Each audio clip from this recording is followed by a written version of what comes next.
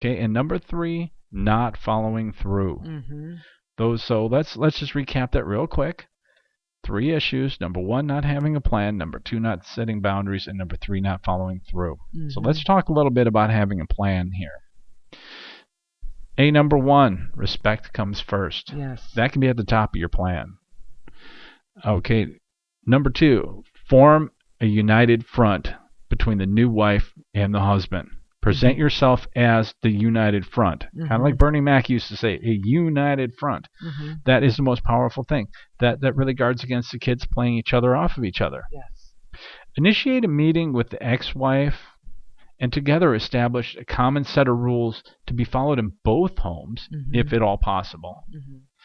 Collect medical information, food allergies, medicines, health, diets, school matters. Those are all important things to go into your plan. Ultimately, communication. Okay. Work together between the 2 households for the betterment of the children. Yes. Ultimately, that's the goal here. Yes. If that is not possible, then you and your partner discuss how your home will be. Be realistic. If possible, include all the children in some of the decision-making process. Absolutely. Have their feedback. buy-in. Yeah, get their buy-in, and then they feel like they're part of the gang. Yeah. Find that new normal for your family. That's crucial. Okay. And then last on there, be patient. Don't be intimidated and go slow. Exactly, and that's the most important thing. And I was stressing before, when you go into a relationship, you don't have a plan. Did you have a plan for your first marriage? No. Did you have? And we didn't have a plan for our second marriage. The biggest plan my ex and I had is we weren't going to have kids right away. We waited 10 years. That was the big plan. My biggest plan when I got married the first time was that when we got married, we decided to stop using birth control. He's like, when do you want to start having a family? I'm like, I don't know. I guess now. So we started. We didn't even think much about it. No one really thinks about making a plan. But when you go into coaching with us, we're going to sit down. This is excellent for couples that are considering getting married and have stepchildren, and they're sitting there going, ugh, they're already sensing problems. Sure. We can sit down with you. Well, actually, we Skype our sessions. We don't have a physical We usually office. do. Well, we can all sit on Skype. Yeah, exactly. And we sit down and help you put those together. Now, the next part, after you set the first part down, having a plan, you're going to set boundaries. Correct. Boundaries are very important. And like we said, respect towards everyone in the home. Now, setting boundaries, and this is going to be unique to you in your situation, because not every marriage is the same, not every relationship. And this is going to put a stop to demanding and harassing phone calls, emails, interactions, this and that. Making sure that one of the key points that for boundaries, just for an example, if you're not sure, scheduling a pickup and drop off time for the kids. It's very important. Yes, it's going to be this time on this day at that day, and that person is going to be. If this person that you're working with is not going to be responsible to drop off the children here and there, then that is a legal issue. Right. If you have someone that's like, well, we'll get there when we want to. Well, I'm not sure, whatever. No, we have a drop-off time at this time. We have a pickup time at this time. And make sure who's responsible for the children's belongings. Who's in charge of packing their clothes, packing their medications, packing their things. Who's in charge of bringing their things. If the children come to the house, now listen, if the children are old enough to put clothes in a bag, they know to pack their things. However, they are children, and they do need to have their things checked. Okay, exactly. I know even with my kids being divorced back and forth, I had to make sure that they had the things that they needed. But our rule was, if they forgot it, they didn't get it, because I worked on the weekends, and no one was going to drive back and forth to get what they needed. So sometimes, if they forget what they're supposed to bring, you're not going to run back and forth to get their stuff. That's going to encourage the other side to make sure that things are done correctly, because that can take a lot of time out of your weekend. It sure can. When you have to run back and forth. And it's something easy to do when you're coming out the door. Okay, does everybody have everything? Yes. Let's check. But when you assume that the other person is just going to do it because you don't feel like doing it, you can't have that. You have to stop that. No, that's too much. Making sure that the children, for events, getting proper notification for parties, school events. Do you have anything coming up? Sometimes the ex-husband or the ex-wife may not be getting, or the new husband or wife may not be getting the information for the children, Right. you can contact the school district and you can be put on a mailing list that you get all the information. They'll even send a copy of the report cards, school meetings. If you're not getting the information for your children, you can take care of that through the school system. They'll send it to you. Right. Same thing if your child's involved in activities like sports. You can contact the sports center and they can give you the information from when you're going to be there. But all of a sudden, dropping the children off and saying, "Oh, well, they have to be here, or they have a party, or they have that, blah blah blah." No, you are enabled to have proper notice of these things. And like I tell my stepkids, when you know about the party, that's when you need to let us know. Right. Because we may have something planned and we're not going to change our plans because you have somewhere to go and we didn't know about it. Exactly. That's reasonable. If you give us enough time, we'll plan it in. Absolutely. It's just we'll make concessions for you. It was just like with my kids, just because they wanted to do something, they couldn't do it. Holidays and visitations is another one. What Right. holidays, what days are you supposed to be here, what time, so on and so forth. A lot of that's in the divorce decree. Right. But whatever boundaries are important to you, sit down with your spouse and start making a list of all these things. This is beginning of creating your plan and setting boundaries. And when you set the boundaries, you let the other side know that this is the way it's going to be. Mm-hmm. Don't budge. And you need to stick with it. Don't budge. And that's the next part. And that's where the follow-through comes in. Yes.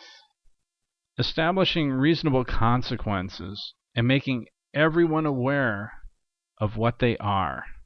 That is very important. If you don't follow through even once, then there was no sense in establishing the rules. Mm-hmm. How do you do this? If you don't have unity, then you have a mess. No one holds all the cards here. No one has control or power over any situation. The goal is peace and prosperity and happiness. Mm-hmm. You don't have to be mean, and you can choose to be empowered. Exactly. And I just in these points here, when you come in for a coaching session, we're going to sit down and we can help you. Continue with your follow through. Exactly. When you set the boundaries, that's great. But what happens when Johnny shows up without his socks or say you have a football game and he doesn't have his shoes? Again, who's going to go get the shoes? Unfortunately, my daughters have been in dance. We've been in certain situations. They forget the shoes. I'm sorry. I am not going to get the shoes. This is where we begin to teach children responsibility in everyday life. If we keep continuing to do everything for them, we're enabling this behavior and we're enabling this bad behavior from the spouse. And we have guidelines. This is how this is going to be. We're doing this, and doing this. And we want everyone to be on the same page because it's not fair to have your house disrupted and your life disrupted because people don't want to participate. Right. And can I tell everybody the silver lining of all of this? Sure. The silver lining in the work of all this is when you get a system established, when everybody comes over, all the little details that detracted from the time that you had to have family time with each other are gone. They're gone. You have an incredible amount of new family time that would have been spent in a car rushing to get this, with upset feelings about that, because you did not pack this. We have to do this. And okay, well, we have to get this, and then we have to go there. You all of a sudden have this peace. You get to sit down with your family, with your kids, and say, hey, how are you? You know what? I missed you. Mm-hmm. You know what? I love you. Mm-hmm. And you get to do all these things because you're not doing all this crazy busy work that nobody needed to do in the first place. And on the other end, that spouse or ex-spouse who dropped them off, they're not going to be bugged by, they don't have this, they don't have that. You're going to need this, you're going to need that. They can go and do their time, and they can enjoy their little bit of time of being an adult away from the kids, knowing that the kid has everything they need. The kid's in a safe environment with solid rules. The kid is in a healthy environment where they're going to be mentored to grow up to be a healthy individual and eventually a healthy adult. Absolutely. And when you have rules and you have boundaries, when my daughters were young, I got divorced when the girls were 12 years old. No, they were 12. And we got an apartment. We moved out of the house. My ex-husband got the house. I just gave him the house. I don't want it. The market value was going down. And the girls and I got an apartment. I worked. I worked 10 hours a day. I worked 5 days a week. Sometimes I worked 6 if I had to. I had to drop off my kids' stuff. They had their bags packed, whatever. I dropped their stuff off at their dad's on Friday on my way to work, and they had their stuff. But here's the thing, that when we have these things and we make the kids accountable for what they're doing, it teaches them personal responsibility. Sure does. And by them learning personal responsibility, it helps them be a better adult when they get into the world. When they know that if they fail, someone's going to pick up the slack, what are they going to do when they're on the job site? Well, who's going to do, well, I don't know. Geez, I forgot. I don't have it. Guess someone's going to have to go get it for me. No, you're not having it. You're not doing it. So when you enlist us as a coach, like I said, you're going to sit down, we're going to talk with you, we're going to get your problems, we're going to get your information, we're going to take inventory, we do a personality profile, we do all kinds of things for you as a client to get you and your step family on the road to happiness and having a good time.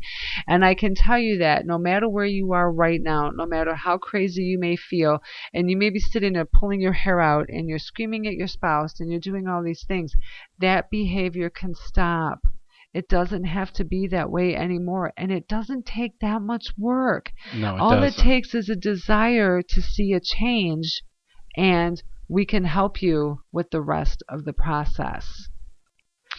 Did we have anybody want to call in? No callers today, but that could be because we're sitting here on a Saturday night. This? Yeah, what do I think about all this? What's your closing thoughts here? Let me give a little closing thoughts. Well, like I said, one of my biggest closing thoughts was just that idea of not having to worry about these little details and being able to spend that quality time with my children. Like I said before, I'm more of, I hate to say it, weekend dad. Now, that does not mean that I don't see them on the weekdays here and there, but it's fewer and far between. Yeah, they have school, they have things. And it doesn't mean that on occasions I don't have the opportunity to spend some time with them on a field trip. Mm-hmm. Sometimes I do, sometimes I don't. It depends on my job. But ultimately, that time that I have on the weekend is very important time. Yes. I don't want it eaten up with little silly details. I don't want it eaten up with people feeling upset. Yes. I don't want it eaten up with people not, getting along. I want my ex, when she drops those kids off, to have the peace of mind that my ex-husband has the kids. I know they're going to be safe. I know they're going to be well taken care of. I know they're in a household with love. And I know when they come back, they're going to be respectful when they come back. They're not going to be speaking like animals. They're not going to be disrespectful because they follow the same sort of rules and beliefs in that house too. Mm-hmm. That, to me, I think is a great thing. That allows her to do what she has to do and to be an adult with her husband for a little while. Absolutely. And and too, going forward, with extended family, make an extended family realize, listen, we know what's going on. We've heard, we've seen, and you can't do this anymore. You can't be pumping the kids for information. You can't be asking them questions. This is setting a precedent for a problem in our home. We're setting up children to feel that, they can do this and this and that it's acceptable. So starting out with those three simple coaching tips is enough to get it started. And if you're there with your husband or wife tonight, I invite you to sit down, take a look at each other, and take a deep breath, and just let the past be the past. I invite you that no matter what has occurred, if it's a Saturday night, if you have the kids there and it's been a bad day, I know tomorrow's Mother's Day, I invite you to just take everything that you have and just push it to the side. Sit down, look at each other, and say, hey, you know what? How do we move? What do you want to do? Where do we start? Do you want to do this? Do you want to go see these people? Can we sit down? Can we figure this out? And begin to make a plan and begin to change your life. And I guarantee you, once you make the decision to go forward, everything else behind you, universe is going to come in and support you on your journey. It will all fall into place. So what I would like to say in closing, thank you very much for being with us tonight, even though we had a few more technical difficulties. Yeah.